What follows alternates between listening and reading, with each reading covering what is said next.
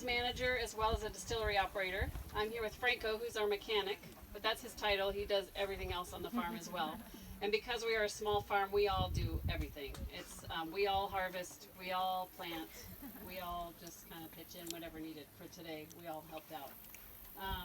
I have been here, this is my 5th year at Young Living, but I've been a member for 20 years. I just fell in love with the oils a long time ago and was so excited to get to work here and be a part of the process. This farm was the original Young Living farm, if you don't know that. This is where Gary started everything. He actually started on a small plot in Spokane first, and then he found this property. The reason he chose this piece of land was it had never been farmed except for a hay crop, and it had never been used any herbicide or pesticide or anything like that. It was virgin soil, basically.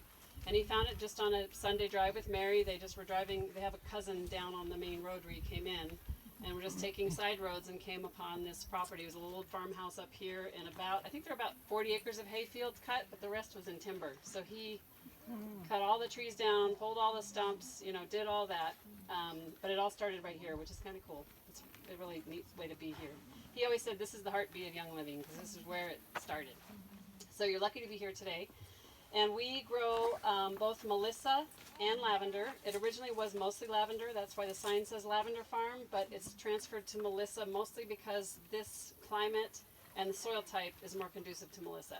Lavender does better in Mona, Utah and France. So we've limited our lavender fields. We're going to plant part of the show field today. You probably saw that. It's not a big surprise to you. It was a surprise to the first group, but you all get to plant a lavender plant on the way down to the distillery. We're going to make that a lavender show field since it was the original farm and that was the crop they planted. And we'll probably end up transitioning over to strictly Melissa, but now we are actually trying yarrow as well.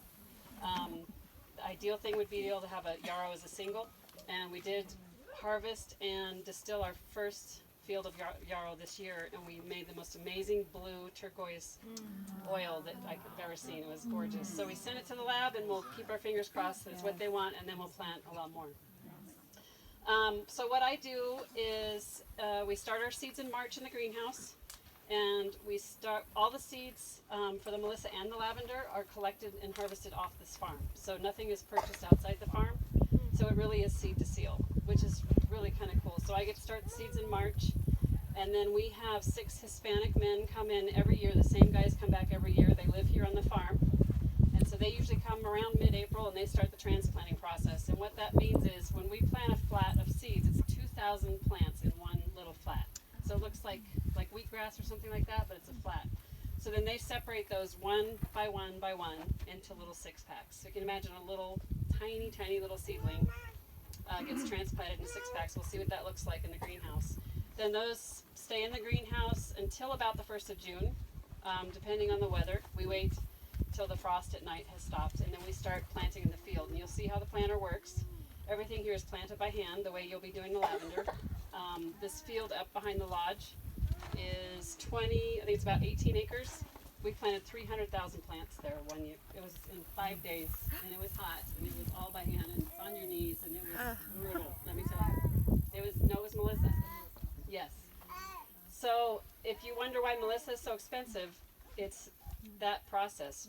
Planting by hand, then transplanting by hand, and then, or starting the seeds by hand, transplanting by hand, planting by hand, and then for the weed control is all done by hand. We do a little bit of tilling with little Kubota motor, little tractors. We're trying to get away from that. If you look up this behind us, you'll see a little low green ground cover on the far left. That's a Dutch white clover that we're trying as a weed control. It's not supposed to get very tall, but it should do well enough that it might choke out most of the weeds, and if we had to mow it, that would be good. But it'll also fertilize the soil and add nutrients. So we're hoping to be able to do that because weeds are our biggest problem. Somebody in the last group asked about if we have any pests, and we really don't have pests. We're lucky. There are no bugs that really bother the crops here. We have whistle pigs, which are little squirrels that bother the roots of the Melissa, but other than that, we're pretty pest free. So back to this plant. So we plant everything by hand, and everything, then we wait and harvest anytime after the 4th of July. It's usually when Melissa's harvested. And we decide when to harvest by the Brix level, and it's BRIX, and that's named after the man that invented that particular procedure on how to test the sugar and carbohydrates in the plant. And there's an ideal number that Gary has given us, and we know when it's at that level, then that's time to harvest. We use this equipment back here. I'm going to have Franco talk to you about the equipment, and then we'll kind of explain why it is the way it is. So I'm going to put Franco on, because he takes care of all this stuff. Yes? So you don't plant it in the field until, July 1st. okay, I thought you started. I'm sorry, June 1st is when we plant, yes. So it's basically a month crop. No. No, no, actually, I'm that sorry, I should be a confused few you. years. So it takes 2 years after planting to be able to harvest. Okay. Sorry, that was confusing. Thanks for getting me clear on that. So yeah, we plant in June, but those plants won't be harvested for 2 full years. Okay. Yeah, and then the plants go about 10 years before we put a new field in. Hi everybody, welcome to the St. Mary's Farm. My name is Franco. I am the mechanic here. Basically, all I really do is, if it doesn't work, we modify it until it does work, and if it breaks, I fix it. These are our two methods of harvesting. They're not actually, well, I should say, there is no specialized equipment for Melissa or what we do, so we've been modifying and using grain harvesting equipment, and actually the truck that you see here was actually for harvesting potatoes. And so we've been modifying as we go along, and we've come up with a system that works pretty well. This is basically two systems. The system that you see back here, actually the harvester cuts the Melissa and it comes out the side, and we follow alongside, pulling the harvest trailer with this tractor. And that's quite a bit more cumbersome because it's very hilly and very hard to maneuver out here. So we've been using this setup here where we follow behind the harvester, and the harvester cuts the Melissa, it comes out a conveyor and goes into a second conveyor that's on the front of this truck that you have to keep under you have to follow really closely. And it goes into the back of the truck, and we have people all around it as we're walking along, about walking speed, to make sure everything operates correctly. And then when we have a load, we take it up to the distillery, and we unload it and we lay it out on the deck to stress for a little while before we cook it. And thank you. So basically, it's pretty straightforward, pretty simple. It's kind of a delicate dance for us to harvest because it all happens at about walking speed, and as you can see, nothing's really very flat out here. Everything happens on the hillside. So it's a very labor-intensive and very slow-moving operation, but it's a wonderful experience. Being around the Melissa is I have found, this is my second harvest, I have found that my face aches from smiling. So it's a lot of fun working here and doing all of this, and basically we just kind of have done everything by kind of trial and error style, and we've gotten to the point where things are working pretty well. This is our second harvest. We've done steadily better and no breakdowns, and we have had a really good year. And welcome, and it's awesome to meet you all. We appreciate what y'all do every day. So back to the yields this year. Thank you, Franco. So we did 22.73 kilos of Melissa oil this year, which is better than ever. So we're glad about that. And since I've been tracking, they started harvesting Melissa like in 2000, but the records only go back to about that time. I know they harvested before that, but last year we did 21.7, this year 22.7. We might have hoped for more than that, but I think the dry summer, we haven't had rain in over 30 days.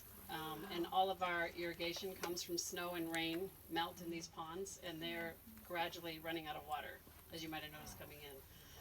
So if you guys can all do a rain dance later, we'll have to put that together because we really need rain, especially with the new plants we're putting in today. If you would like to take some pictures on the equipment, you may, or in front of the equipment. We don't want anybody climbing on it or in it. But if you'd like to take pictures on that, it's all vintage. Definitely. We're always putting in the budget new tractors, new trucks, but it doesn't always happen. So it keeps working. So we keep going with it. Yes.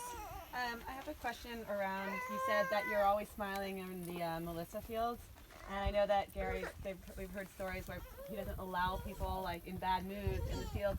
Can you just speak a little more to the vibe of, you know, when you're out there, what you're actually feeling, what the plant's doing for you? Well, I'm not exactly sure what the plant's doing for me, but even if I'm having a terrible day, I'm just happy to be there. I've found, my personal experience with Melissa has been it's a really good mood elevator, and I just love having it on me or being in it. Or when you're in a pile of it in the back of a truck rolling around in it, it's hard not to be in a good mood. That's basically that's all I got. Right on. Thank you. Yeah, everybody at Melissa Harvest is smiling. And it's back to what you said about Gary. So the Melissa, he always said, does not like to be in the dirt. And in order to keep that from happening is why we developed this conveyor system to keep her out of the dirt. He always refers to Melissa as a girl, which makes sense with the name. But yes, it is a happy plant, and everybody's happy when we're harvesting or working with it. And the distillery, you'll still smell it in the distillery. We did do lavender. The last cook was a lavender cook, but you'll still get a whiff of Melissa out of there too. Any other questions? Because we're going to really spend a very few minutes in front of the greenhouse after you have a picture opportunity, but we'd like to get you time to plant a couple lavender plants before you head down. Got a question? Yeah, I'm just curious, how deep are your soils? How do you test your soils? We do it with the soil probe. It's just basically a stainless steel pipe.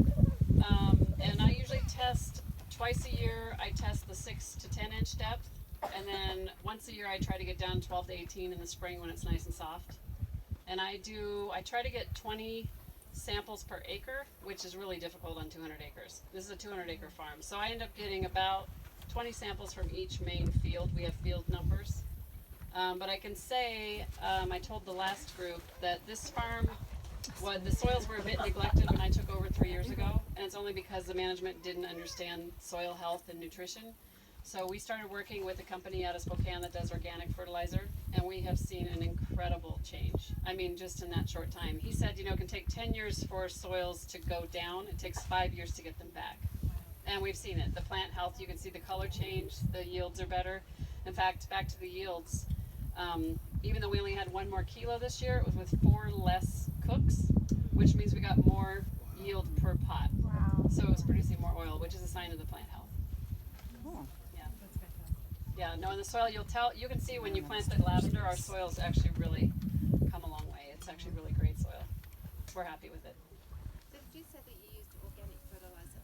Yes, it's through a company called Tineo Technology out of Spokane. And you'll see them using the fertilizer when you plant the lavender. They're going to have a little puffer bottle, I call it, and it's a little white puff of biological fertilizer that when those plants get water and the soil warms, those little microbial guys get going and get the roots happy, and it should work really well. So it's an amazing product. Very expensive, but it's been worth it.